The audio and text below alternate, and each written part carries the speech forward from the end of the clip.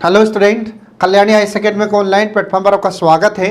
मैं हूं लखन दाइमा, आपको एमपीएसआई के लिए हिंदी पढ़ा रहा हूं। फ्रेंड, एमपीएसआई के अलावा अन्य राज्यों में जो एसआई की एग्जाम्स होती है जिनमें हिंदी पूछी जाती है उसके लिए बहुत ही महत्वपूर्ण विषय होता है हिंदी। इसके अलावा फिर एसआई के अलावा हम देखते हैं कि जैसे पटवारी की एग्जाम होती है, संविदा की एग्जाम होती है, फिर इसके बाद में सीटेट की एग्जाम होती है, फिर जो पीएससी के द्वारा आयोजित जो एग्जाम्स होती है जिसमें हिंदी विषय होता है। तो इन सभी के लिए महत्वपूर्ण होता है हिंदी विषय। तो जितने भी प्रतियोगी परीक्षाएं होती है आज लगभग उसमें हिंदी पूछी ही जा रही है। तो चलिए फ्रेंड, इसमें शुरू करते हैं। आज का हमारा टॉपिक है वाक्य शुद्धि। तो वाक्य शुद्धि का एक ऐसा टॉपिक है जो हर एग्जाम में आपसे इससे 4-5 क्वेश्चन इससे पूछे ही जाते हैं। तो चलिए फ्रेंड, इसमें शुरू करते हैं वाक्य शुद्धि। तो वाक्य शुद्धि का मतलब क्या हो जाता है? तो वाक्य शुद्धि का अर्थ हो जाता है कि आपको जो अशुद्ध वाक्य एग्जाम में दिए जाएंगे उन्हें आपको शुद्ध करके बताना होगा। ठीक है, तो जो अशुद्ध वाक्य है उसे हमें शुद्ध करना होगा। अब जो वाक्यों में अशुद्धियां होती हैं, तो वाक्यों में अशुद्धियां किससे संबंधित होती हैं या हम गलत वाक्य किस किस से संबंधित बोलते हैं या लिख देते हैं। तो जैसे हम संज्ञा संबंधी अशुद्धियां करते हैं या फिर सर्वनाम संबंधी, विशेषण संबंधी, फिर इसके बाद क्रियापद संबंधी, फिर इसके बाद कारक संबंधी और अव्यय संबंधी, और कभी कभी कुछ हम शब्दों में भी गलतियां करते हैं। तो इतने प्रकार की हम गलतियां करते हैं। तो इन्हीं अशुद्धियों के बारे में आज मैं आपको पढ़ाऊंगा। तो क्या होता है कि हमको शुरू से जो हमारी क्षेत्रीय बोलियां होती है उसमें बात करने की आदत हो जाती है, जिसके कारण हम वाक्य को अशुद्ध करके बोलते हैं। तो इन्हीं अशुद्धियों को दूर हमें करना है। तो इससे संबंधित मैं आज आपको पढ़ाऊंगा। तो जो वाक्य शुद्धि है तो इसमें कौन कौन से अशुद्धियां आप करते हैं? तो पहला इसमें आपको ध्यान रखना है कि संज्ञा संबंधी अशुद्धियां। ठीक है, संज्ञा संबंधी अशुद्धियां, ये गलतियां हम करते हैं। ठीक है, तो इसको कैसे सुधारें ये आज आपको मैं पढ़ाऊंगा। फिर इसके बाद में दूसरा आ जाता है सर्वनाम संबंधी अशुद्धियां होती है कुछ, तो सर्वनाम संबंधी अशुद्धियां। फिर इसके बाद में विशेषण संबंधी अशुद्धियां हम करते हैं या गलतियां करते हैं, विशेषण संबंधी अशुद्धियां। इसके बाद फिर अगला आ जाता है क्रिया। ठीक है, तो क्रियापद संबंधी अशुद्धियां। फिर इसके बाद में अगला आ जाता है कारक संबंधी अशुद्धियां, कारक संबंधी अशुद्धियां। फिर इसके बाद में अगला आ जाता है अव्यय संबंधी अशुद्धियां। ठीक है, फिर इसके बाद में अगला आ जाता है कि कुछ हम शब्द गलत बोलते हैं। ठीक है, तो कुछ हम शब्द गलत बोलते हैं तथा उच्चारण करते हैं या फिर लिख देते हैं।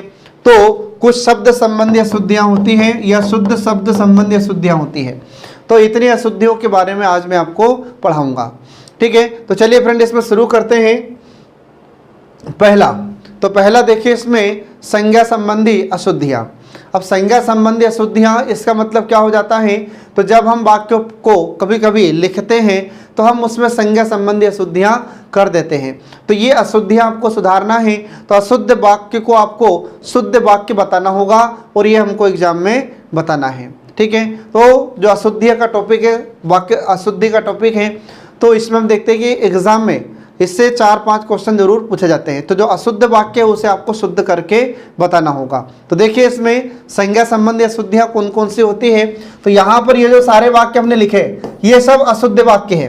ये जितने भी वाक्य है यहाँ पर सब अशुद्ध वाक्य है। तो इनको आपको शुद्ध करके लिखना होगा, शुद्ध करके एग्जाम में बताना होगा। तो चलिए इसमें शुरू करते हैं संज्ञा संबंधी अशुद्धियां। अब यहाँ पर आपको संज्ञा संबंधी अशुद्धियां पढ़ने से पहले यह पता होना चाहिए कि संज्ञा किसे कहते हैं।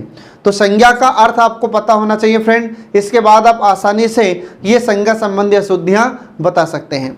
तो संज्ञा का अर्थ होता है कि किसी व्यक्ति, वस्तु अथवा स्थान के नाम के से या किसी व्यक्ति, वस्तु अथवा स्थान के नाम का बोध जिन शब्दों से होता है उसे हम संज्ञा कहते हैं। ये आपको ध्यान रखना होगा। तो हम किसी का नाम अगर ले रहे हैं तो ये क्या है? संज्ञा होगी। जैसे राम, श्याम, मोहन, सीता, गीता, फिर हिमालय है, फिर नदियां हैं। ठीक है, इसके बाद किसी नदी का नाम अपन ले रहे हैं। तो ये जितने भी नाम आप लेते हैं सब क्या होती है? संज्ञा होती है। ठीक है, अब इसके बाद में संज्ञा के प्रकार हो जाते हैं। तो जब संज्ञा का टॉपिक आएगा तो मैं इसको पूरा डिटेल में आपको पढ़ाऊंगा। तो अभी यहाँ पर आपको ध्यान रखना है कि देखिए इसमें अशुद्ध वाक्य कौन कौन से होते हैं। तो देखिए यहाँ पर पहला है यहाँ पर अशुद्ध वाक्य कि तुम 20 तारीख के दिन कहाँ रहोगे। ठीक है, तो 20 तारीख के दिन कहाँ रहोगे, तो यहाँ पर दिन भी क्या है, संज्ञा है। ठीक है, तो यहाँ पर हम तारीख भी बोल रहे हैं और के दिन भी बोल रहे हैं, तो यहाँ पर ये क्या है, अशुद्ध है। अशुद्ध क्या है, के दिन, तो के दिन यहाँ पर अशुद्ध है। तो इसको शुद्ध करके आप कैसे लिखेंगे, तो यहाँ पर आपको लिखना है कि तुम 20 तारीख, ठीक है, 20 तारीख को कहाँ रहोगे, ये इसका शुद्ध वाक्य होगा जो आपको ध्यान रखना है फ्रेंड। ये ऐसे शुद्ध वाक्य आपको करके बताना है एग्जाम में। तो अगर एग्जाम में आपसे क्वेश्चन पूछा जाता है कि तुम 20 तारीख के दिन कहाँ रहोगे, ये अशुद्ध वाक्य है, तो इसका शुद्ध क्या होगा, तो 4 आपको ऑप्शन दिए जाएंगे, तो उसमें जो सही ऑप्शन होगा ये आपको छांटना होगा। आ रहा समझ में। अब इसके बाद फिर अगला देखिए फ्रेंड, इसमें अगला वाक्य आ जाता है कि ठीक है, तो अगला वाक्य है कि भारत गुलामी की दास्ता से मुक्त हुआ। ठीक है, ये अशुद्ध वाक्य है। वाक्य क्या है, तो भारत गुलामी की दास्ता से मुक्त हुआ। तो अब यहां पर आप देखिए कि इसमें गुलामी भी दिया जा रहा है और दास्ता भी दिया जा रहा है, तो दोनों का अर्थ एक ही होता है। तो यहां पर या तो दास्ता आना था या फिर गुलामी आना था। ठीक है, तो फिर इसका शुद्ध वाक्य क्या हो जाएगा, तो इसका शुद्ध वाक्य होगा कि भारत गुलामी या दास्ता। ठीक है, तो भारत गुलामी से मुक्त हुआ। ठीक है, ये आपको ध्यान रखना होगा। तो ये क्या हो जाता है, ये शुद्ध वाक्य होता है। तो ऐसा आपको एग्जाम में शुद्ध वाक्य बताना होगा फ्रेंड। तो इसमें संज्ञा संबंधी अशुद्धि है। ठीक है, इसके बाद फिर अगला आ जाता है कि आप अपनी प्रतिज्ञा के शब्दों से डिगे नहीं, मतलब विचलित नहीं हुए। तो अब यहां पर देखिए प्रतिज्ञा भी बोला जा रहा है और शब्द भी बोला जा रहा है। तो यहां पर अनावश्यक क्या है, तो अनावश्यक है यहां पर शब्द। ठीक है, तो अनावश्यक क्या है यहाँ पर शब्द, तो इसको हटाना है आपको। फिर इसका शुद्ध वाक्य आप कैसे लिखेंगे, तो इसका शुद्ध वाक्य होगा कि आप अपनी प्रतिज्ञा, ठीक है, आप अपनी प्रतिज्ञा से डिगे नहीं। ठीक है, ये इसका शुद्ध वाक्य होगा। तो ये आपको इसमें ध्यान रखना होगा फ्रेंड। तो एग्जाम में इस प्रकार से आपसे पूछा जाएगा। ठीक है, तो एक गलत वाक्य दिया जाएगा, लिखा जाएगा कि आप अपनी प्रतिज्ञा के शब्दों से डिगे नहीं, ये अशुद्ध वाक्य है, तो इसका शुद्ध क्या होगा। तो ये आपको फिर 4 ऑप्शन दिए जाएंगे, उसमें सही आपको छांटना होगा। और यह भी आपसे पूछा जा सकता है कि बताइए इसमें किस प्रकार की अशुद्धि है, संज्ञा संबंधी है, सर्वनाम संबंधी है या फिर विशेषण संबंधी है। तो ये आपको इसमें ध्यान रखना होगा। ठीक है, अब इसके बाद फिर अगला देखिए, अगला आ जाता है कि भोजन बनाने की व्यवस्था का प्रबंध करें। अब इसमें अशुद्ध क्या लग रहा है आपको, तो देखो अब यहां पर व्यवस्था भी बोला जा रहा है और प्रबंध भी बोला जा रहा है। ठीक है, तो या तो प्रबंध शब्द का उपयोग कीजिए या फिर व्यवस्था शब्द का उपयोग कीजिए। तो फिर इसका सही वाक्य क्या होगा, इसका शुद्ध वाक्य क्या हो जाएगा, तो इसका शुद्ध वाक्य होता है कि भोजन, इसका शुद्ध क्या हो जाएगा, तो भोजन बनाने, ठीक है, भोजन बनाने का प्रबंध करें, ये हो जाएगा शुद्ध वाक्य। ये आपको ध्यान रखना होगा। ठीक है, तो एग्जाम में आपको ध्यान पूर्वक पढ़ना है और सही वाक्य को छांटना है, शुद्ध वाक्य को छांटना होगा आपको, जल्दबाजी ना करें एग्जाम में आप। फिर इसके बाद में अगला आ जाता है कि उत्साह नामक शीर्षक निबंध अच्छा है। अब यहां पर उत्साह क्या है, ये शीर्षक है, तो यहां पर फिर अनावश्यक क्या हो गया, नामक। ये नामक इसमें अनावश्यक है, तो नामक यहां से हट जाएगा और क्या हो जाएगा फिर कि उत्साह शीर्षक निबंध अच्छा है। ठीक है, निबंध अच्छा है, तो ये आपको इसमें ध्यान रखना होगा। ठीक है, तो यहां पर जो नामक शब्द है ये अनावश्यक है, ये यहां से हट जाएगा। तो उत्साह शीर्षक निबंध अच्छा है, तो ये आपको ध्यान रखना होगा फ्रेंड। ये संज्ञा संबंधी अशुद्धियां हैं।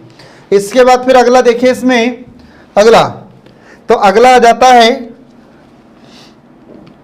अगला देखिए इसमें कि अब विंध्याचल पर्वत हरा भरा हो गया।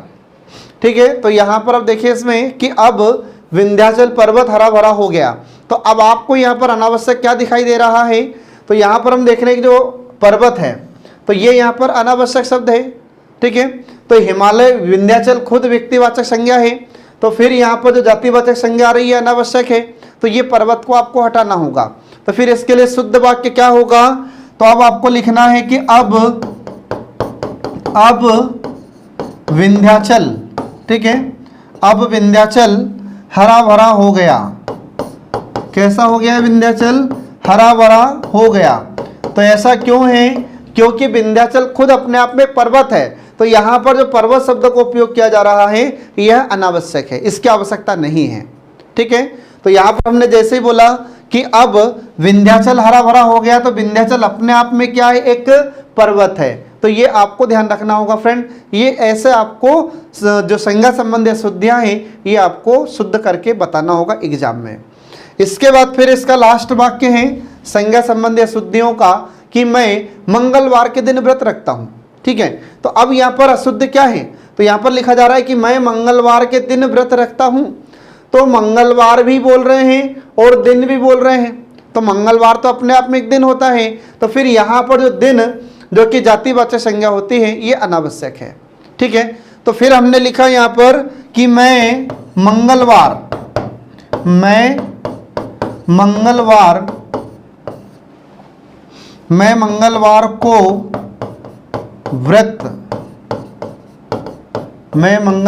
को व्रत रखता हूं। ठीक है, तो हम इसमें देखते हैं कि अब ये शुद्ध हुआ, तो मंगलवार ये अपने आप में क्या है? तो ये मंगलवार अपने आप में दिन है। तो यहाँ पर मंगलवार में किस प्रकार की संज्ञा है? तो यह व्यक्तिवाचक संज्ञा है। ठीक है, और जो अशुद्ध वाक्य है तो इसमें जो दिन जातिवाचक संज्ञा है इसका अनावश्यक प्रयोग किया जा रहा था। ठीक है, तो दिन लिखने की आवश्यकता आपको नहीं है। तो इस प्रकार से फ्रेंड आपको ध्यान रखना है, ये कुछ संज्ञा संबंधी अशुद्धियां थी जो हमने आपको बताई है। तो ऐसे आपको शुद्ध वाक्य करके एग्जाम में लिखना होगा। अब इसके बाद आगे देखिए, अगला आ जाता है सर्वनाम संबंधी अशुद्धियां। अब सर्वनाम संबंधी अशुद्धियों को पढ़ने से पहले आपको यह पता होना चाहिए कि सर्वनाम किसे कहते हैं। ठीक है, तो सर्वनाम का सीधा सा मतलब होता है कि संज्ञा के बदले जिन शब्दों का प्रयोग किया जाता है उसे हम सर्वनाम कहते हैं। जैसे मैं आप लोगों का नाम लेता हूं किसी का, जैसे श्याम, मोहन, घनश्याम, सीता, रामा, जो भी है। ठीक है, अब नाम जब हम ले रहे हैं तो ये क्या होगी? संज्ञा होगी। अब नाम हम न लेते हुए मैं आपसे ये बोलूं कि आप, आपको, तुम्हारा, तुम्हें, तुमको, तो ये क्या होगा? ये सर्वनाम होगा। तो संज्ञा के बदले जिन शब्दों का प्रयोग करते हैं उसे हम सर्वनाम कहते हैं। ठीक है, तो ये सर्वनाम संबंधी कुछ अशुद्धियां हमें एग्जाम में छांटना है। ठीक है, एग्जाम में हमको सही वाक्य करके बताना है। तो यहाँ पर देखिए सर्वनाम संबंधी अशुद्धियां क्या क्या हैं। तो अब यहाँ पर है कि मैं तेरे को बता दूंगा, तो ये इसमें अशुद्धियां क्या हैं? तो अब यहाँ पर सर्वनाम संबंधी अशुद्धि यह है कि तेरे को ये अशुद्ध होता है। ठीक है, तो इसका शुद्ध क्या होगा? तो इसका शुद्ध वाक्य यह होगा कि मैं तुझे, ठीक है, मैं तुझे बता दूंगा, ये इसका शुद्ध वाक्य होगा। ध्यान रखना, ये क्या है? अशुद्ध है। तो अशुद्ध किसके कारण है? यहाँ पर ये जो सर्वनाम है तेरे को, ये अशुद्ध है। तो ये सर्वनाम संबंधी अशुद्धियां हैं, तो आपको शुद्ध करके एग्जाम में बताना होगा। तो ऑप्शन आपको दिया जाएगा। तो क्वेश्चन पूछा जाता है कि मैं तेरे को बता दूंगा, यह अशुद्ध वाक्य है, तो इसका शुद्ध वाक्य क्या होगा? तो शुद्ध वाक्य होगा कि मैं तुझे बता दूंगा। ठीक है, फिर इसके बाद में अगला देखिए, इसमें अगला है कि तेरे को कुछ याद आया क्या?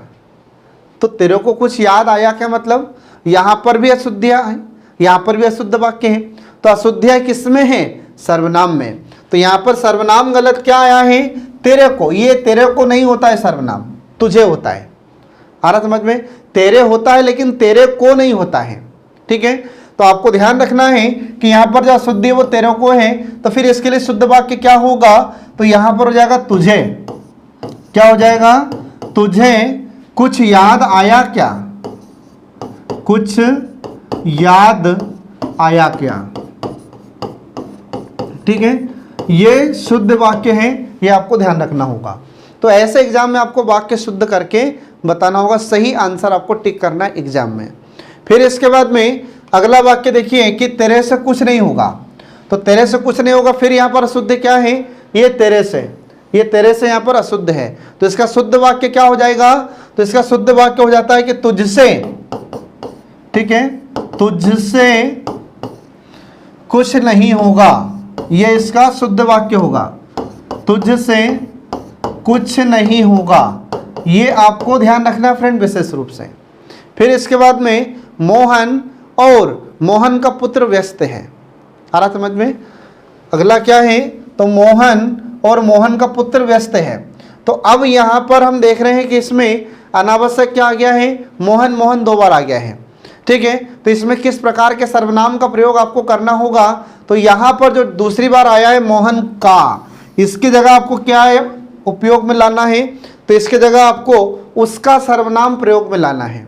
कैसे, तो यहाँ पर वाक्य कि मोहन और मोहन का पुत्र व्यस्त है, तो इसके लिए फिर सही सर्वनाम क्या होगा, तो उसका। देखिए जैसे कि मोहन और, ठीक है, मोहन और उसका, तो मोहन और उसका पुत्र व्यस्त है। ठीक है, तो मोहन और उसका पुत्र व्यस्त है, तो यहां पर सर्वनाम क्या आएगा, तो यहां पर सर्वनाम आएगा उसका। ये जो मोहन का लिखा है इसके स्थान पर क्या आएगा, उसका सर्वनाम आएगा, तब जाकर यह वाक्य शुद्ध होगा। तो ऐसे आपको सही वाक्य बताना है एग्जाम में। इसके बाद फिर अगला उदाहरण आता है कि मेरे को कुछ याद नहीं आ रहा, तो इसमें फिर अशुद्ध क्या है, तो इसमें अशुद्ध होगा यहाँ पर मेरे को, ये अशुद्ध है।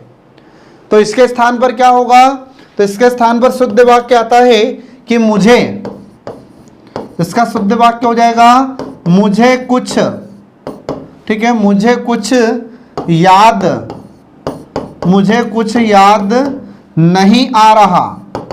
ये आपको ध्यान रखना होगा फ्रेंड, ये इसका शुद्ध वाक्य है। तो आपसे एग्जाम में अगर आपसे क्वेश्चन पूछा जाता है कि मेरे को कुछ याद नहीं आ रहा, बताइए इसमें किस प्रकार की अशुद्धि है, संज्ञा संबंधी, सर्वनाम संबंधी, विशेषण संबंधी, ठीक है, या फिर कारक संबंधी।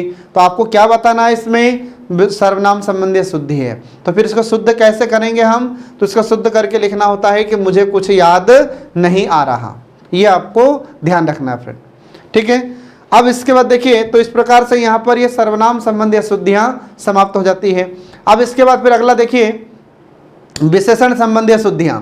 अब विशेषण संबंधी अशुद्धि का मतलब क्या हो जाएगा, तो इसको पढ़ने से पहले हमें यह पता होना चाहिए कि विशेषण किसे कहते हैं। तो आपको याद रखना है कि विशेषण का मतलब क्या होगा, विशेषता बताने वाला।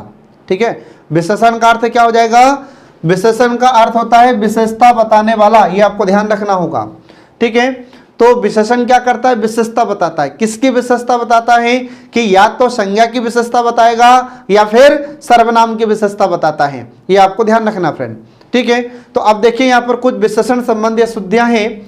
तो यहाँ पर देखिए पहला वाक्य आता है कि आज उसके गुप्त रहस्य का राज खुला। ठीक है, आज उसके गुप्त रहस्य का राज खुला। तो अब यहाँ पर गुप्त और रहस्य, ठीक है, तो रहस्य अपने आप में गुप्त होता है, तो गुप्त यहाँ पर क्या है, विशेषण है, तो ये गुप्त विशेषण होता है। तो इस यहाँ पर क्या है, ये अनावश्यक है, गुप्त यहाँ पर क्या है, अनावश्यक है। तो इसके स्थान पर अब क्या होगा, तो गुप्त यहाँ से हटेगा। ठीक है, तो फिर हम इसको शुद्ध करके कैसे लिखेंगे, तो इसको शुद्ध करके लिखेंगे कि आज उसके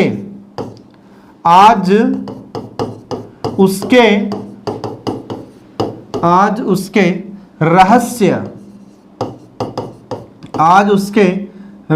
का राज खुला। ठीक है, तो यहां से हमने क्या हटाया, तो यहां से हमने हटाया ये गुप्त को। तो गुप्त है विशेषण, लेकिन यहां पर ये अनुपयुक्त है, इसकी कोई आवश्यकता यहां पर नहीं है, क्योंकि रहस्य तो खुद अपने आप में गुप्त होता है। ठीक है, तो ये आपको ध्यान रखना होगा। इसके बाद फिर अगला देखिए, अगला आता है कि पुस्तकों में यह बहुत श्रेष्ठ है। तो यहाँ पर अब देखिए श्रेष्ठ विशेषण है, लेकिन बहुत और लगा है। ठीक है, तो यहाँ पर जो बहुत आया है, ये बहुत अब यहाँ पर अपने आप में अनावश्यक है। तो पुस्तकों में यह श्रेष्ठ है, तो श्रेष्ठ अपने आप में बहुत होता है। ठीक है, इसमें आपको बहुत लगाने की आवश्यकता नहीं होती। तो इसका शुद्ध वाक्य क्या हो जाएगा? तो इसका शुद्ध वाक्य होगा कि पुस्तकों में यह श्रेष्ठ है। ठीक है, पुस्तकों में यह श्रेष्ठ है। अब यह वाक्य शुद्ध होगा, तो इसमें क्या हटाना है आपको? तो यहां पर जो लिखा है बहुत, तो यह बहुत अनावश्यक है, इसकी आवश्यकता नहीं है। तो अब जाकर यह वाक्य शुद्ध होगा। तो इसमें अशुद्ध क्या था? ये बहुत, मतलब यहां पर यह विशेषण था परंतु ये अनावश्यक है। तो ऐसे विशेषण संबंधी अशुद्धियां वाक्य में आपसे पूछी जाएगी, आपको सही करके बताना है। तो एग्जाम में आपसे क्वेश्चन पूछा जाएगा कि बताइए कि पुस्तकों में यह बहुत श्रेष्ठ है। अब 4 ऑप्शन आपको दिए जाएंगे, तो जो सही ऑप्शन होगा वह आपको टिक करना होगा। ठीक है, अब इसके बाद देखिए अगला वाक्य है कि वे एक अच्छे अध्यापक हैं। ठीक है, तो वे एक अच्छे अध्यापक हैं, तो अच्छा यहाँ पर विशेषण है, लेकिन अब यहाँ पर जो एक आया है ये अनावश्यक है, तो इसको हटाकर आपको शुद्ध करना होगा। तो यहाँ पर फिर आपको बताना होगा कि वे अच्छे अध्यापक हैं। ये आपको ध्यान रखना होगा फ्रेंड। ठीक है, वे अच्छे अध्यापक हैं। ठीक है, तो यहाँ पर विशेषण क्या है? अच्छे, और अनावश्यक क्या था इसमें? एक। ये एक की यहाँ पर कोई आवश्यकता नहीं है। ठीक है, अब इसके बाद फिर अगला देखिए, अगला वाक्य आ जाता है कि भक्ति युग का काल स्वर्ण युग माना जाता है। अब इसमें आपको अनावश्यक क्या लग रहा है? तो यहाँ पर भक्ति युग भी बोला जा रहा है, काल भी बोला जा रहा है। ठीक है, तो ये यहाँ पर क्या हो गया? ये युग का, ये अनावश्यक हो जाता है। तो फिर इसको शुद्ध करके आप कैसे लिखेंगे? तो इसको शुद्ध करके आपको बताना है कि भक्ति काल, ठीक है, क्या है? भक्ति काल। ठीक है, तो भक्ति काल स्वर्ण युग, भक्ति काल स्वर्ण युग माना जाता है, ये आपको ध्यान रखना होगा। तो भक्ति काल स्वर्ण युग माना जाता है, अब यह शुद्ध होगा। ठीक है, तो इसमें आपको ध्यान रखना है कि वाक्य में या तो कहीं पर शब्द संबंधी अशुद्धियां दी जाएगी या फिर ऐसे विशेषण संबंधी अशुद्धियां दी जाती है। तो जहां पर जो भी अशुद्धि है दी जाती है तो उसमें आपको विशेष रूप से ध्यान रखना होगा। ठीक है, अब इसके बाद फिर अगला देखिए कि जैसे यह सबसे सुंदरतम साड़ी है। अब यह सबसे सुंदरतम साड़ी है, तो इसमें विशेषण संबंधी अशुद्धि क्या होगी? तो हम यहाँ पर सबसे भी बोल रहे हैं और सुंदरतम भी बोल रहे हैं। तो जब यहाँ पर सुंदरतम शब्द का इस्तेमाल किया जा रहा है तो सुंदरतम तो अपने आप में सबसे ज़्यादा सुंदर होता है, तो फिर यहाँ पर सबसे लगाने की ज़रूरत ही नहीं है। तो फिर आपको शुद्ध करके कैसा लिखना है? तो आपको शुद्ध करके लिखना है कि यह सुंदरतम, ठीक है, यह सुंदरतम साड़ी है, ये आपको याद रखना है। ठीक है, तो यह सुंदरतम साड़ी है, तो सुंदरतम अपने आप में सबसे ज़्यादा सुंदर होता है, तो इसमें सबसे लिखने की आपको आवश्यकता नहीं है, ये आपको विशेष रूप से ध्यान रखना होगा फ्रेंड। ठीक है, तो ये कुछ विशेषण संबंधी अशुद्धियाँ थी जो हमने आपको बताया। अब इसके बाद देखिए अगली अशुद्धियाँ आ जाती है क्रिया संबंधी अशुद्धियाँ। तो कुछ क्रिया संबंधी अशुद्धियाँ होती हैं। अब इसको पढ़ने से पहले आपको यह पता होना चाहिए कि क्रिया क्या होती है। तो जिससे किसी कार्य के होने का बोध होता है तो उसे हम क्रिया कहते हैं। जैसे जाना, आना, घूमना, फिरना, उठना, चिल्लाना, हंसना, रोना, गाना, ये सब क्या है? ये सब क्रियाएं होती हैं। ठीक है, तो ये क्रिया संबंधी कुछ अशुद्धियां आपको छांटना है इन वाक्यों में। तो देखिए इसमें कुछ अनावश्यक क्रियापद होते हैं। ठीक है, तो अनावश्यक क्रियापद है। अब यहाँ पर एक शब्द आया है पद, ये क्या है? तो पद का सीधा सा अर्थ आपको ध्यान रखना है कि जो विभक्ति युक्त शब्द होते हैं उसे हम पद कहते हैं। ठीक है, तो जिसमें विभक्ति होती है, जिसमें कारक होता है, वह क्या होता है? पद होता है। तो क्रिया के साथ में कुछ भी कारक जोड़ा रहे तो वहां पर क्या हो जाएगा? क्रिया पद हो जाता है। तो कुछ अनावश्यक क्रियापद होता है वाक्यों में, उसे हमें छांटना होगा। तो अब देखिए यहाँ पर अशोभनीय वातावरण उपस्थित है। तो अशोभनीय वातावरण उपस्थित है, तो वातावरण तो उपस्थित हमारा हमेशा रहता ही है, तो उपस्थित लगाने की जरूरत है क्या? नहीं। तो जो है के साथ अपन देखते हैं, तो है यहाँ पर सहायक क्रिया है, तो जो उपस्थित है ये अनावश्यक है। तो फिर इसके स्थान पर हमें सही वाक्य कैसा लिखना होगा? तो आपको शुद्ध वाक्य लिखना होगा कि यहां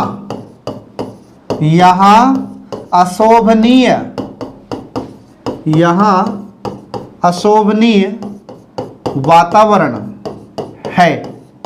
ठीक है, यहां अशोभनीय वातावरण है, यह अब शुद्ध होगा, यह आपको ध्यान रखना होगा।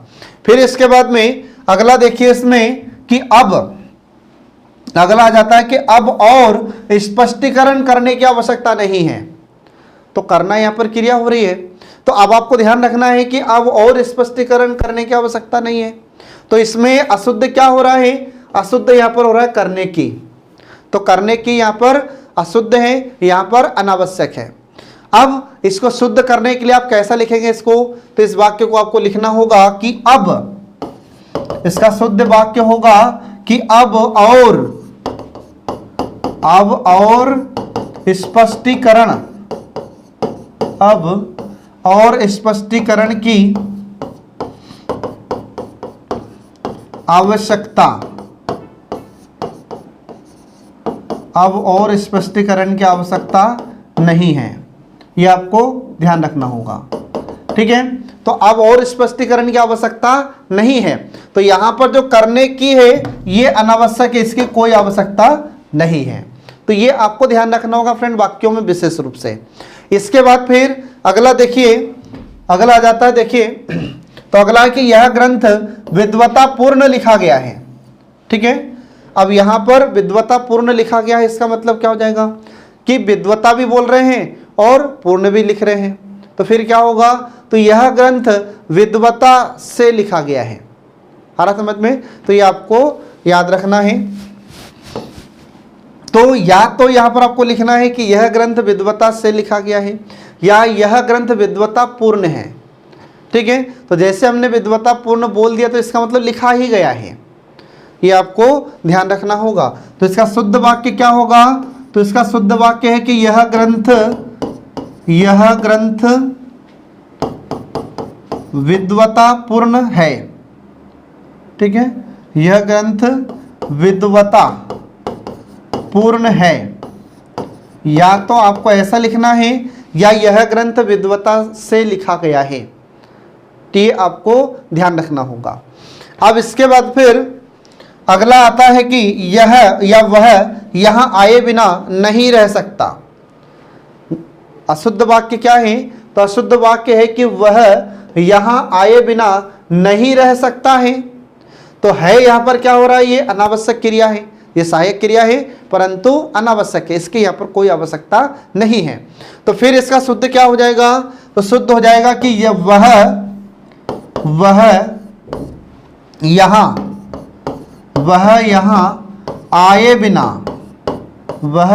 आए बिना नहीं रह सकता।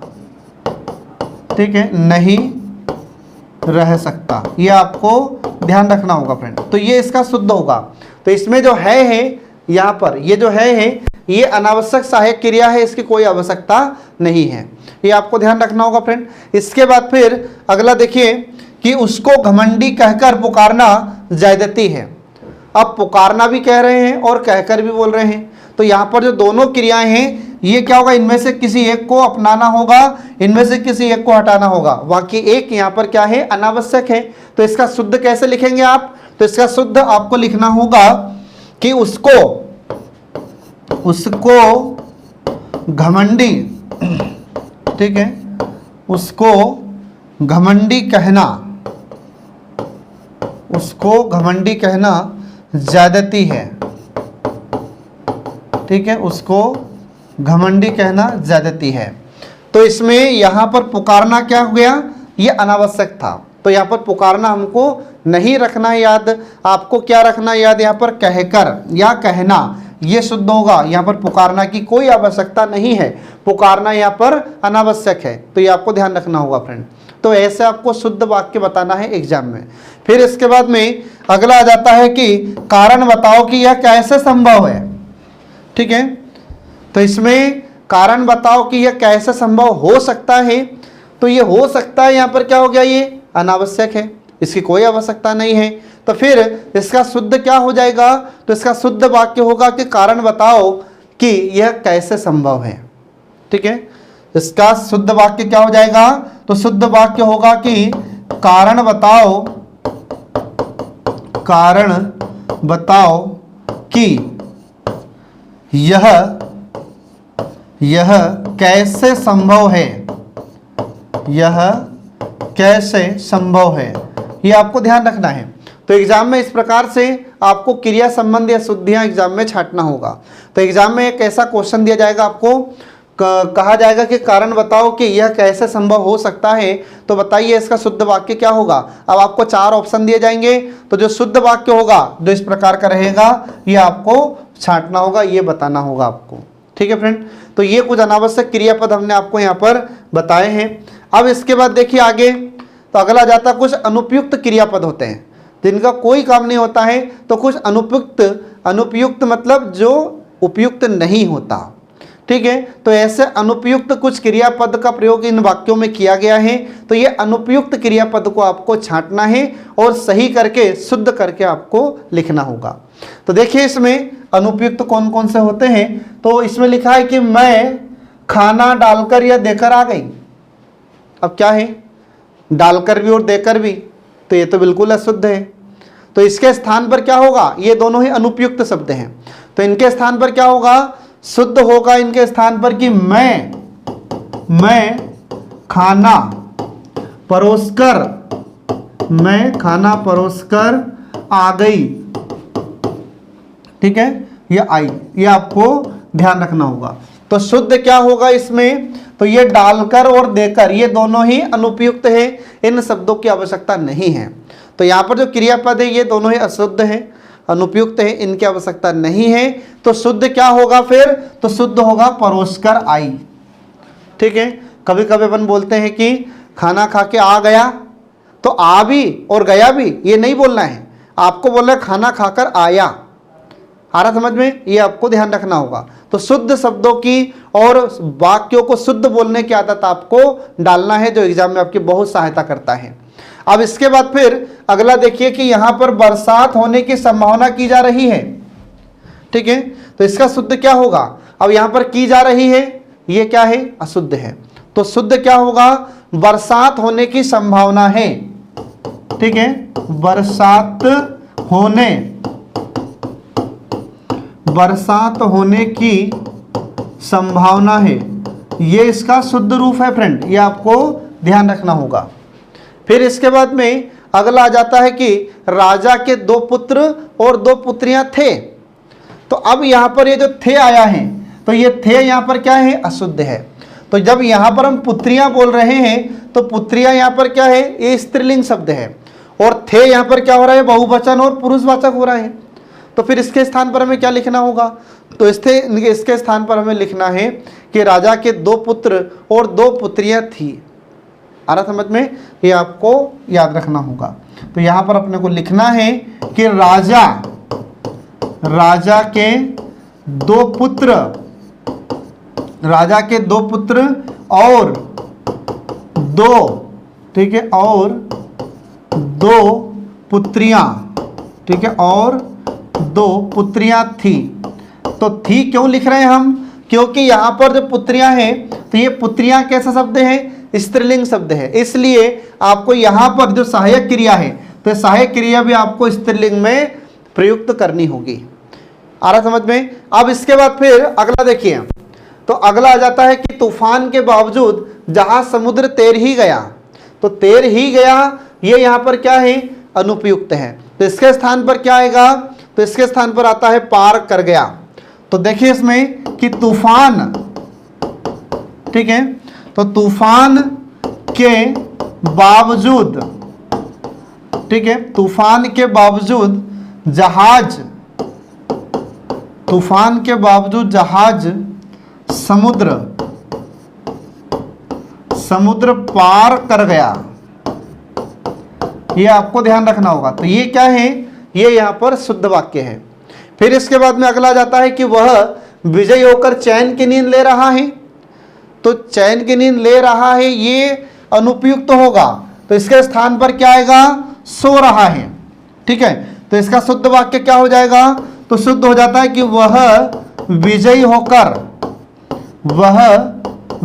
होकर चैन की नींद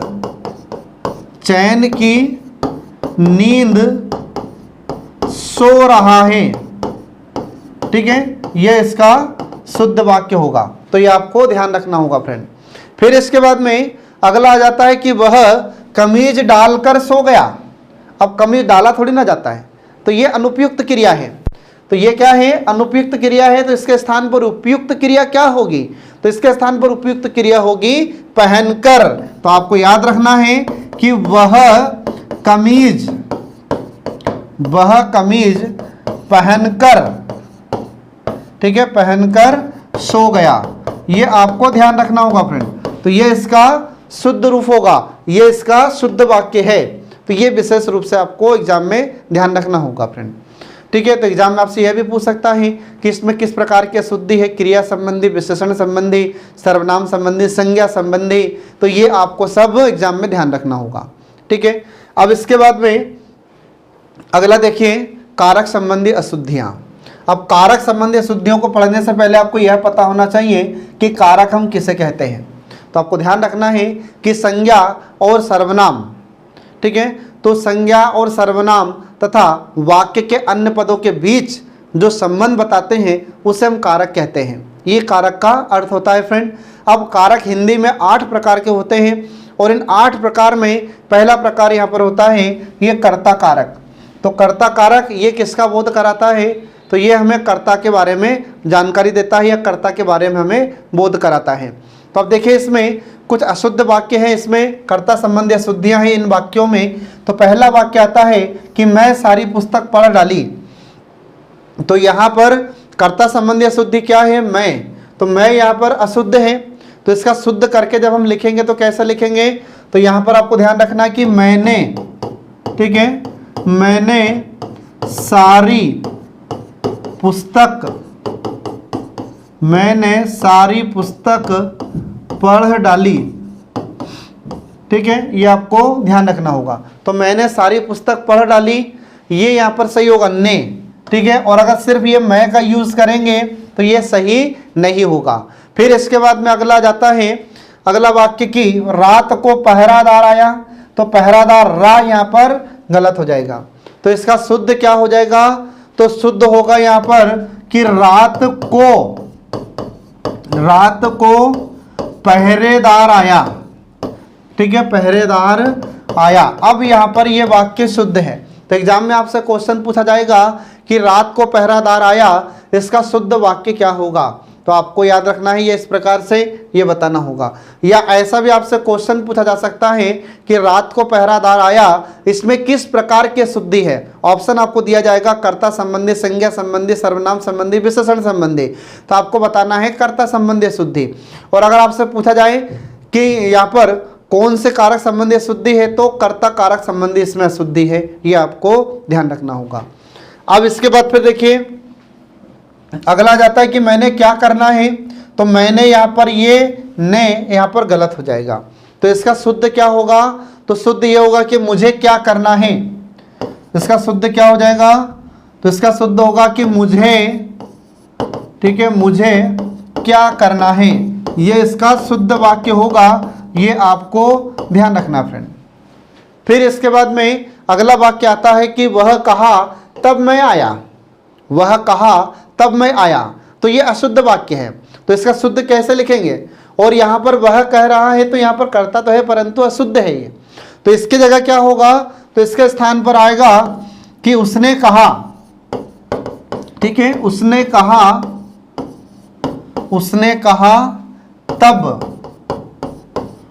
कहा तब मैं आया।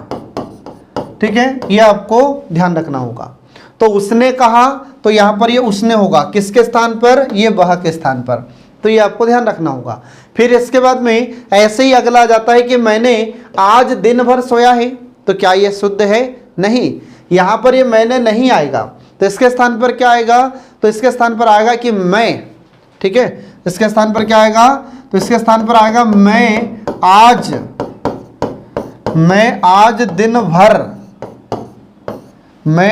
दिन भर सोया हूं, ठीक है, मैं आज दिन भर सोया हूं, तब जाकर यह वाक्य शुद्ध होगा।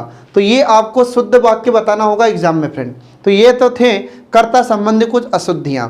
अब देखिए फिर अगला आ जाता है कर्म संबंधी अशुद्धियां होती हैं।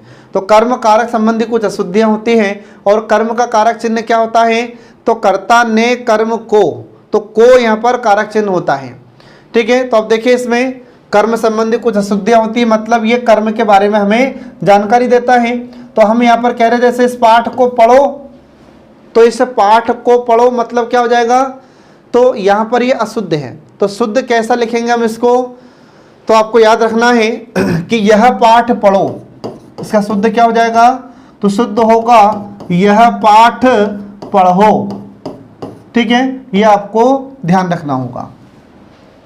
इसके बाद फिर अगला आ जाता है कि तुमको इस पाठ को पढ़ना है।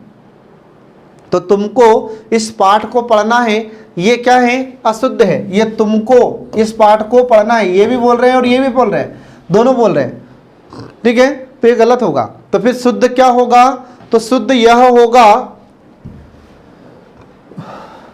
कि तुम्हें इस पाठ को पढ़ना है, इस पाठ को पढ़ना है, ठीक है, ये आपको ध्यान रखना होगा, तब यह वाक्य शुद्ध होगा। तो तुम्हें इस पाठ को पढ़ना है, तब जाकर यह वाक्य शुद्ध होगा। फिर इसके बाद में अगला जाता है, कि उसको तो समझ में आता नहीं। अब उसको तो समझ में आता नहीं, ये अशुद्ध वाक्य है। तो फिर इसका शुद्ध क्या होगा, तो शुद्ध उसका यह होगा कि उसे समझ में आता नहीं, ये शुद्ध वाक्य होगा। उसे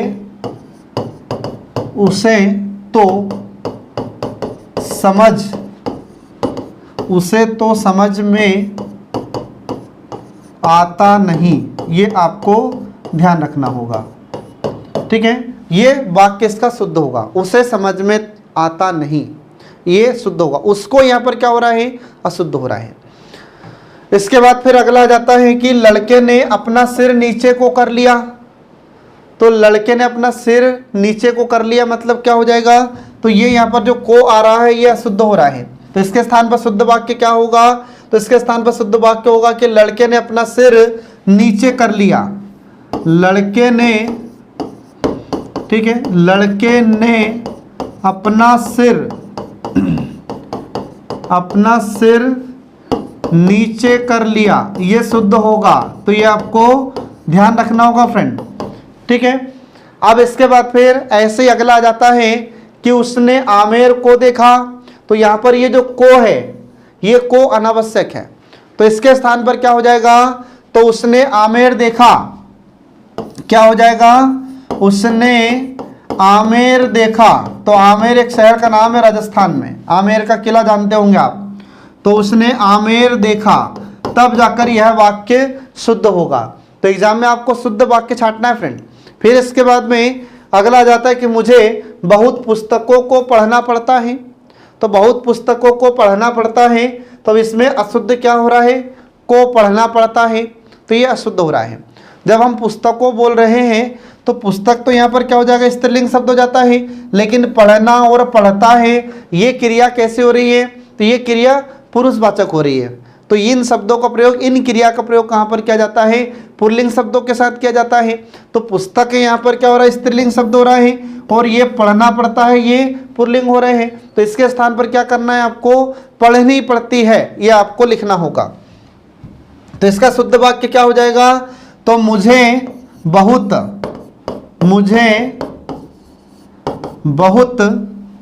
पुस्तकें, ठीक है, तो मुझे बहुत पुस्तकें पढ़नी पड़ती है, तब जाकर यह वाक्य शुद्ध होगा। आ रहा समझ में? तो ये आपको ध्यान रखना होगा। तो एग्जाम में ऐसा वाक्य आपको दिया जाएगा शुद्ध वाक्य कि मुझे बहुत पुस्तकों को पढ़ना पड़ता है, तो इसका शुद्ध वाक्य क्या होगा, तो ये आपको ध्यान रखना होगा, ऐसा शुद्ध वाक्य आपको छांटना होगा। अगला आता है कि वह रोज ऑफिस को जाता है, तो यहाँ पर ये को नहीं आएगा, ये को अनावश्यक है, तो इसके स्थान पर क्या हो जाएगा, तो वह रोज ऑफिस जाता है, वह रोज ऑफिस, ठीक है, वह रोज ऑफिस जाता है, ये यहाँ पर शुद्ध वाक्य होगा। तो ये ऐसा आपको शुद्ध वाक्य एग्जाम में छांटना होगा फ्रेंड। और एग्जाम में आपसे यह भी पूछा जा सकता है कि बताइए वह रोज ऑफिस को जाता है, इसमें किस प्रकार की अशुद्धि है, तो कर्ता संबंधी, संज्ञा संबंधी, सर्वनाम संबंधी, विशेषण संबंधी। तो आपको पहले बताना होगा कारक संबंधी है, फिर अगर पूछे कि कौन से कारक संबंधी अशुद्धि है, तो आपको बताना होगा कर्म संबंधी अशुद्धि है इसमें, ठीक है, ये आपको ध्यान रखना होगा। अब इसके बाद फिर अगला देखिए, इसमें करण कारक संबंधी अशुद्धियां। तो करण का कारक चिन्ह क्या होता है, तो करण का कारक चिन्ह से या के द्वारा, ये आपको ध्यान रखना होगा। तो करण का कारक चिन्ह क्या होता है, इससे या के द्वारा, ये इसका कारक चिन्ह होता है, किसका, करण का, ये आपको ध्यान रखना होगा। अब इसमें देखिए, तो इसमें अशुद्ध वाक्य आता है कि वह बस के साथ ही यात्रा कर रहा है, तो इसमें अशुद्ध क्या है, तो इसमें अशुद्ध है साथ ही, ये साथ ही इसमें अशुद्ध है। तो शुद्ध कैसे लिखा जाएगा इसको, तो शुद्ध वाक्य लिखेंगे कि वह बस के द्वारा, ठीक है, तो वह बस के द्वारा यात्रा कर रहा है, यात्रा कर रहा है, तब जाकर यह वाक्य यहां पर शुद्ध है, ये आपको ध्यान रखना होगा। तो एग्जाम में आपसे क्वेश्चन पूछा जाएगा कि वह बस के साथ यात्रा कर रहा है, इसमें किस प्रकार की अशुद्धि है, तो इसमें करण कारक संबंधी अशुद्धि है, ठीक है। फिर इसके बाद में अगला आ जाता है कि बिहारी सत्सई की हस्त से लिखित प्रति सुरक्षित है, तो इसका शुद्ध वाक्य क्या होगा, तो इसका शुद्ध वाक्य हो जाता है, देखिए कि बिहारी सत्सई, ठीक है, बिहारी सत्सई, ठीक है, तो बिहारी सत्सई हस्त लिखित या हस्त से लिखित, हस्त से लिखित प्रति सुरक्षित है, ये आपको ध्यान रखना होगा, ठीक है। तो ये वाक्य अब जाकर शुद्ध हुआ। तो अगर एग्जाम में आपसे क्वेश्चन पूछा जाता है कि बिहारी सत्सई के हस्त से लिखित प्रति सुरक्षित है, तो यहां पर जो की आ रहा है, तो ये की यहां पर क्या है, ये अनावश्यक है, इसकी आवश्यकता ही नहीं है। तो बिहारी सत्सई क्या रचना है बिहारी जी की, तो इसमें उन्होंने 700 दोहे लिखे हैं, तो बिहारी जी ने लिखा है और 700 दोहे लिखे हैं, तो सत्सई का मतलब होता है 700, क्या हो जाता है 700। तो बिहारी जी ने 700 दोहे लिखे थे उस जमाने में, इसलिए इसका नाम हुआ बिहारी सत्सई। इस रचना का नाम जो किससे लिखी है, हाथ से लिखी गई है, इसलिए इसको कहा जाएगा हस्त से लिखित, और यह प्रति सुरक्षित है, ये आपको ध्यान रखना होगा। अब अगला देखिए, इसमें फिर अगला जाता है संप्रदान। तो संप्रदान का कारक चिन्ह क्या होता है, के लिए इसका कारक चिन्ह होता है। अब ये अशुद्ध वाक्य है, तो अशुद्ध वाक्य क्या है, तो सीमा ने अपनी सहेली के लिए उपहार दिया, तो यहां पर जो के लिए आया है यह अशुद्ध है, तो इसके लिए फिर शुद्ध वाक्य क्या हो जाएगा, तो इसका शुद्ध वाक्य हो जाएगा कि सीमा ने अपनी सहेली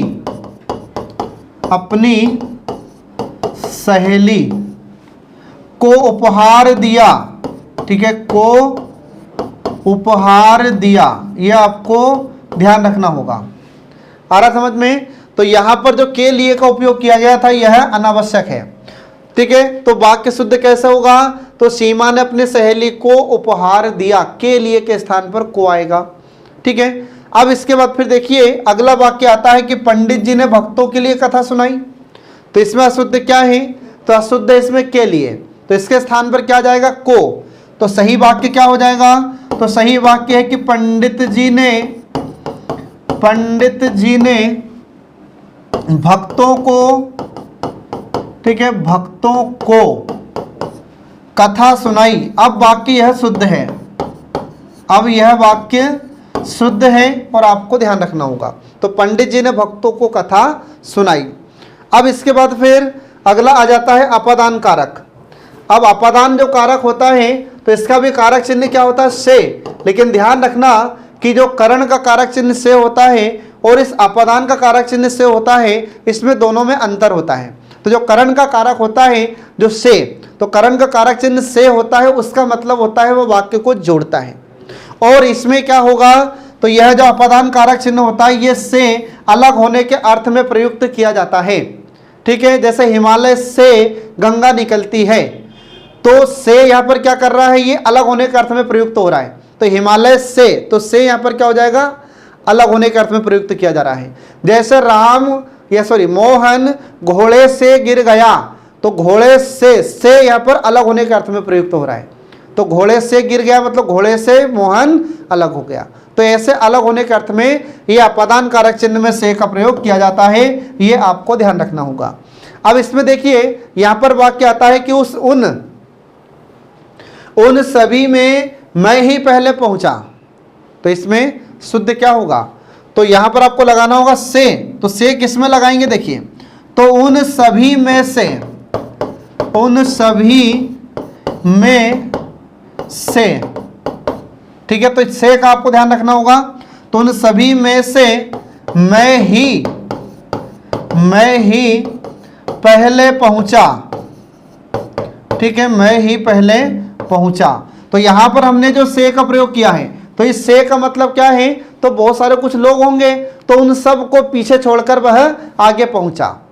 आ रहा समझ में, ये आपको ध्यान रखना होगा। तो से यहां पर किस अर्थ में प्रयुक्त हो रहा है, अलग होने के अर्थ में प्रयुक्त होता है ये से अपादान में। फिर इसके बाद में अगला आता है कि वह शहर का कपड़ा लाकर बेचता है, तो यहां पर अशुद्ध क्या है, तो यहां पर का इसमें अशुद्ध है। तो शुद्ध क्या होगा, तो इसमें शुद्ध होगा कि वह शहर से, ठीक है, वह शहर से कपड़ा लाकर बेचता है या कपड़े लाकर बेचता है, एक ही बात है, कपड़ा या कपड़े लाकर बेचता है। ठीक है, तो अब यहां पर हम देखते हैं कि हमने जो से का प्रयोग यहां पर किया है, तो ये से अलग होने के अर्थ में प्रयुक्त किया जाता है। तो कहां से लाया है, शहर से, ठीक है। तो शहर से आ गया मतलब शहर से वह अलग हो गया और शहर से कपड़ा लाकर बेच रहा है। तो यहां पर यह वाक्य होगा शुद्ध। तो एग्जाम में आपसे क्वेश्चन पूछा जाएगा कि वह शहर से कपड़ा लाकर बेचता है, इसमें कौन सा कारक होगा, तो अपादान कारक होता है। ठीक है, तो ये अशुद्ध वाक्य आपको दिए जाएंगे और फिर आपको और छांटने के लिए 4 ऑप्शन दिए जाएंगे, तो सही वाक्य आपको छांटना होगा। इसके बाद फिर अगला देखिए, अगला आ जाता है संबंध कारक संबंधी अशुद्धियां। और जो संबंध कारक चिन्ह होता है, तो संबंध कारक का कारक चिन्ह क्या होगा, का, की, के, ये इसके कारक होते हैं। ठीक है, तो अब यहां पर देखिए इसमें अशुद्धियां क्या है, अशुद्धियां है कि तुमका यहां क्या काम है। तो तुमका यहां क्या काम है, मतलब इसमें जो का है ये का, तो का इसमें अशुद्ध है। तो इसको शुद्ध कैसे लिखेंगे, तो इसमें शुद्ध होगा कि तुम्हारा यहां क्या काम है, तुम्हारा यहां क्या काम है। ठीक है, क्या काम है, ये शुद्ध है। ठीक है, ऐसे ही यहां पर अगला वाक्य आता है कि अपने का यहां कोई जानकार नहीं। तो फिर इसका शुद्ध क्या होगा, तो इसका शुद्ध होता है कि अपना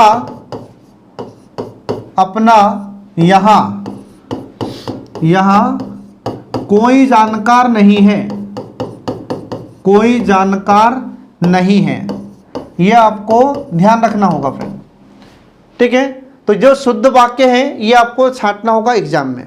इसके बाद फिर अगला देखिए, अगला वाक्य आ जाता है कि यह पानी का कुआं कैसे सूख गया। अब इसमें अशुद्ध क्या है, तो इसमें अशुद्ध है पानी का, क्योंकि कुएं में तो पानी ऑलरेडी रहता ही है। तो कुआं मतलब पानी उसमें है, पानी का आपको अनावश्यक शब्द लिखने की आवश्यकता नहीं है। तो इसका शुद्ध वाक्य क्या हो जाएगा, तो इसका शुद्ध वाक्य होगा कि यह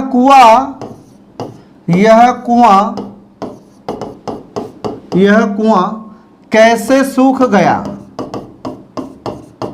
कैसे सूख गया। आ रहा समझ में। तो इसमें अनावश्यक शब्द क्या है, अनावश्यक शब्द है पानी का, तो ये पानी का आपको हटाना है। ठीक है, फिर इसके बाद में अगला आ जाता है कि अपना पराया की भावना, तो यहाँ पर अब अपना और पराया, तो इसके स्थान पर आपको बहुवचन बनाना होगा। तो बहुवचन बनाकर हम इसको लिखेंगे तब यह शुद्ध होगा। तो यहाँ पर आपको लिखना है कि अपने पराये की भावना, अपने पराये की भावना, अब जाकर यह वाक्य शुद्ध होगा। फिर इसके बाद में अगला आ जाता है कि राधा का और कृष्ण का मंदिर प्रसिद्ध है। यह अशुद्ध वाक्य है, तो इसका शुद्ध कैसे लिखेंगे?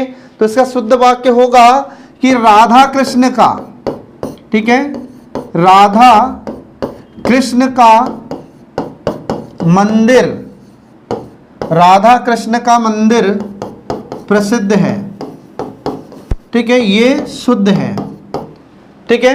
तो ये आपको याद रखना होगा फ्रेंड। तो इसमें कौन सा कारक है? तो यहाँ पर इसमें संबंध कारक होता है। तो संबंध कारक का कारक चिन्ह का, की, के ये होते हैं। तो ये आपको ध्यान रखना होगा फ्रेंड। अब इसके बाद फिर अगला देखिए अधिकरण। तो अधिकरण का कारक चिन्ह क्या होता है? तो अधिकरण का कारक चिन्ह में और पर होता है। तो देखिए इसमें अशुद्ध वाक्य और फिर इसका शुद्ध वाक्य कैसे होगा। तो अशुद्ध है कि 12 बजने को 10 मिनट है, तो यहाँ पर को के स्थान पर क्या हो जाएगा? में। तो शुद्ध वाक्य क्या हो जाएगा? तो शुद्ध वाक्य हो जाता है कि 12 बजने में, ठीक है, 12 बजने में 10 मिनट है, ठीक है, 10 मिनट है।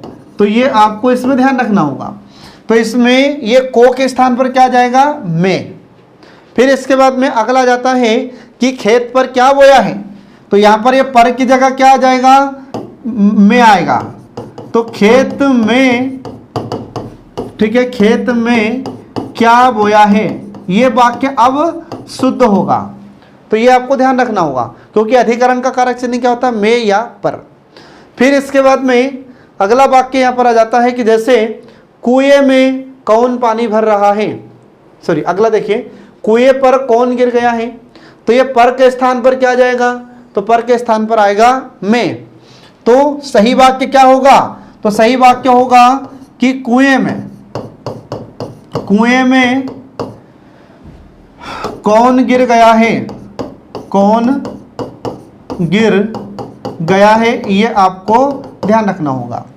तो पर की जगह हम में उपयोग में लाते हैं, तब यह शुद्ध वाक्य होगा।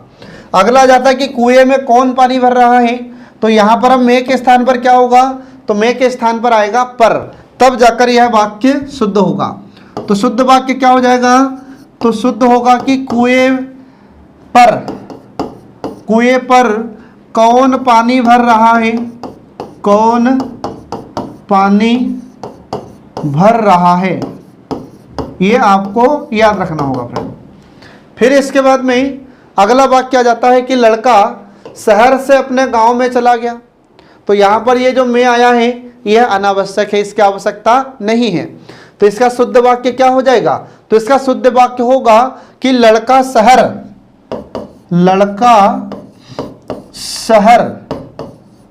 ठीक है, तो लड़का शहर से अपने गांव चला गया, ये आपको ध्यान रखना होगा, ठीक है। तो यहां पर ये जो में है, तो यहां पर में, ये में अनावश्यक है, तो में नहीं आएगा। तो लड़का शहर से अपने गांव चला गया, ये शुद्ध वाक्य होगा। फिर इसके बाद में अगला जाता है कि इत्र के भीतर सुगंध है। तो के भीतर यहां पर ये अनावश्यक है, तो शुद्ध क्या होगा? तो शुद्ध होगा कि इत्र में सुगंध है। शुद्ध क्या हो जाएगा? तो शुद्ध है इत्र में, ठीक है, तो इत्र में सुगंध है, ये इसका शुद्ध वाक्य है, ध्यान रखना आप लोग। फिर इसके बाद में अगला जाता है कि बाल्टी के अंदर पानी है। तो बाल्टी के अंदर, तो के अंदर यहां पर अनावश्यक है, तो शुद्ध क्या हो जाएगा? फिर बाल्टी में पानी है, ये शुद्ध होगा। शुद्ध क्या हो जाएगा?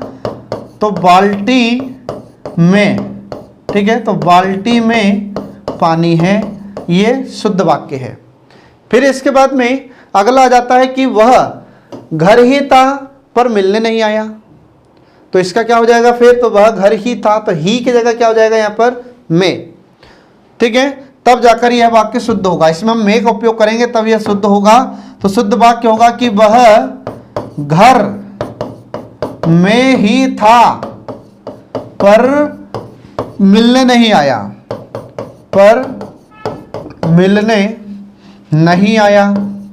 तो ये आपको ध्यान रखना होगा फ्रेंड, ठीक है। अब यह वाक्य शुद्ध होगा। तो एग्जाम में आपसे क्वेश्चन कैसे पूछेगा?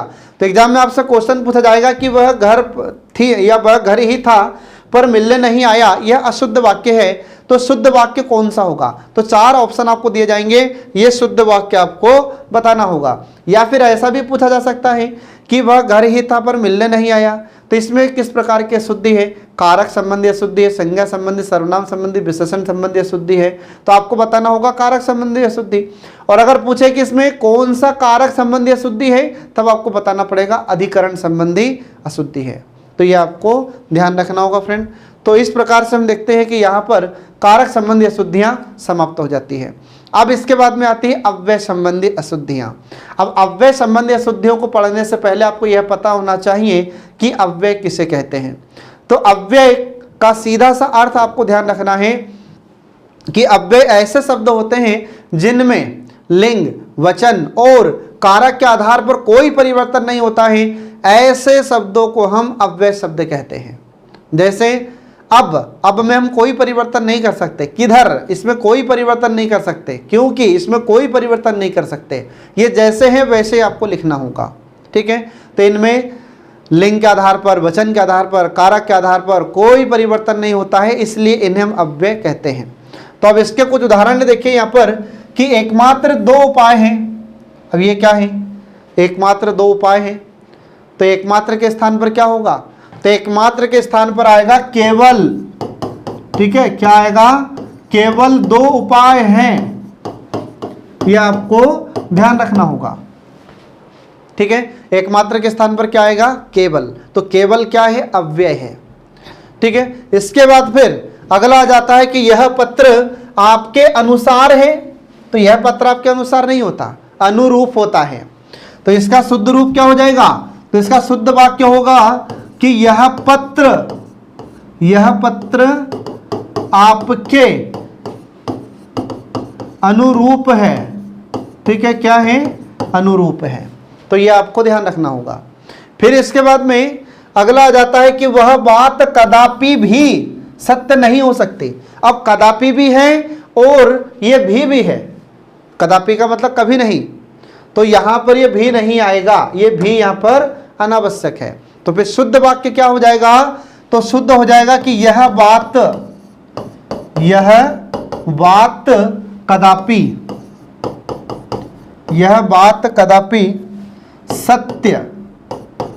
सत्य नहीं हो सकती, ये आपको ध्यान रखना होगा फ्रेंड। अब यह वाक्य शुद्ध है, तो आपसे एग्जाम में क्वेश्चन पूछा जाएगा कि यह बात कदापि भी सत्य नहीं हो सकती, इसमें किस प्रकार की अशुद्धि है? तो आपको याद रखना होगा अव्यय संबंधी अशुद्धि है, और आपको सही वाक्य फिर छांटना होगा। फिर इसके बाद में अगला जाता है कि पुस्तक विद्वतापूर्ण लिखी गई है, तो इसका मतलब क्या हो जाएगा? तो पुस्तक विद्वतापूर्ण के स्थान पर विद्वता, ठीक है। या तो लिखी गई हटाना है आपको, या फिर विद्वता से लिखना होगा। तो कैसे लिखेंगे इसको? तो यह पुस्तक विद्वतापूर्ण है, ठीक है। यह पुस्तक, ठीक है, यह पुस्तक विद्वता, ठीक है,